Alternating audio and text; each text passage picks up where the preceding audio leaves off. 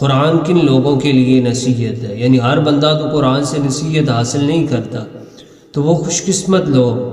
جو قرآن سے نصیحت حاصل کرتے ہیں ان کے متعلق بیان کیا جائے گا۔ اعوذ باللہ من الشیطان الرجیم، بسم اللہ الرحمن الرحیم۔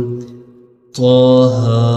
ما انزلنا علیک القرآن لتشقى الا تذکرة لمن یخشى، صدق اللہ العظیم۔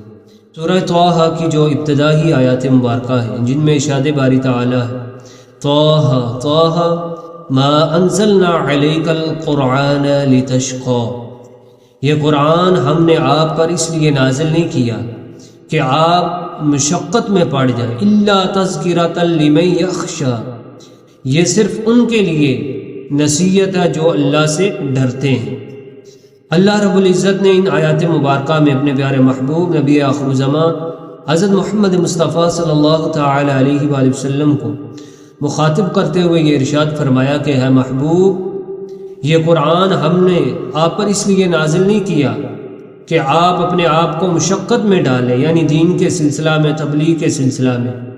بعض روایات میں یہ بھی آتا ہے کہ نبی پاک صلی اللہ تعالی علیہ وآلہ وسلم نمازوں میں لمبی لمبی صورتیں پڑھتے تھے، یعنی قرآن بہت زیادہ آپ نمازوں میں پڑھتے۔ جب آپ کو تھکاوٹ ہو جاتی، آپ تھک جاتے، تو کبھی آپ دائیں پاؤں پر وزن ڈالتے اور کبھی بائیں پاؤں پر وزن ڈالتے۔ اس وقت اللہ رب العزت نے یہ آیت مبارکہ نازل فرمائی کہ ہے محبوب، یہ قرآن ہم نے آپ پر اس لیے نازل نہیں کیا کہ آپ مشقت میں پڑ جائیں، بلکہ یہ قرآن ہم نے اس لیے نازل کیا کہ قرآن کی نصیحت سے، یہ قرآن کے ذریعے آپ ان لوگوں کو نصیحت کریں جو اللہ سے ڈرنے والے ہیں، جو خوف خدا رکھنے والے، جو پرہیزگار ہیں، متقی لوگ ہیں، آپ انہیں نصیحت کریں۔ سامعین اکرام، ویسے تو قرآن فی نفسی ہی سب کے لیے ہدایت ہے، جیسا کہ سورہ بقرہ کی 185 نمبر آیت مبارکہ میں ارشاد باری تعالی ہے ھدی للناس، یہ قرآن تمام لوگوں کے لیے ہدایت ہے، مگر قرآن کی نصیحت کو وہی لوگ قبول کرتے ہیں جو اللہ سے ڈرنے والے ہیں، جو خوف خدا رکھنے والے ہیں، جیسا کہ سورہ بقرہ کی ابتدائی آیات مبارکہ میں ارشاد باری تعالی ہے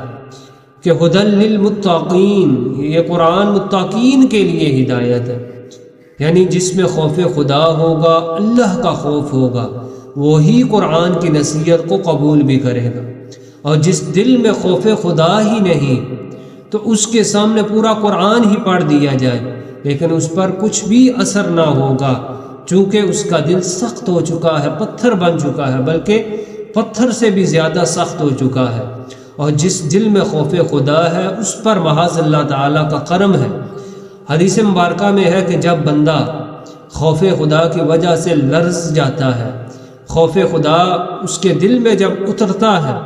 تو اللہ کی رحمتیں اس کی جانب فوراً متوجہ ہو جاتی ہیں، تو وہ اللہ کا قرب خاص پھر حاصل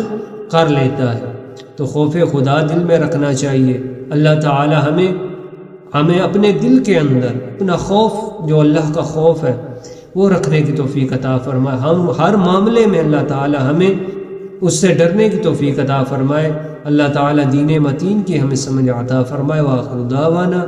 ان الحمد للہ رب العالمین۔